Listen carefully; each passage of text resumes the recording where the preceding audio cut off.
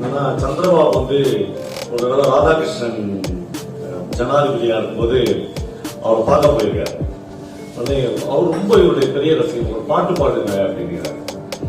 இவர் வந்து அந்த நான் ஒரு முட்டாள்கள் அந்த பாட்டை பாடினோடனே அவருடைய கண்ணை மூடி அதை மயங்கி அப்படி கேட்டுக்கிறார். உடனே சந்திரபாபு போட்ட காலம் அதெல்லாம் இருக்குல்ல, அதெல்லாம் ஒண்ணுமே இல்லை, அப்படியே எக்கி போய் அவருக்கு மடியில உட்காந்து அவர் தாடையை தட்டி பெரிய ரசிகன் ஆரம்பிச்சிருக்காரு. அவர் ஜனாதிபதி, இந்தியா ஜனாதிபதி.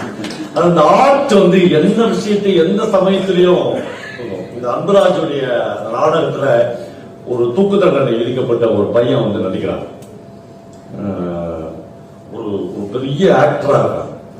வெளியே போய் நாடகம் போட்டுடலாம் அப்படின்னும் போது அவங்களுக்கு ஒரு மிகப்பெரிய சோதனை, எப்போனா தப்பிச்சிடலாம்.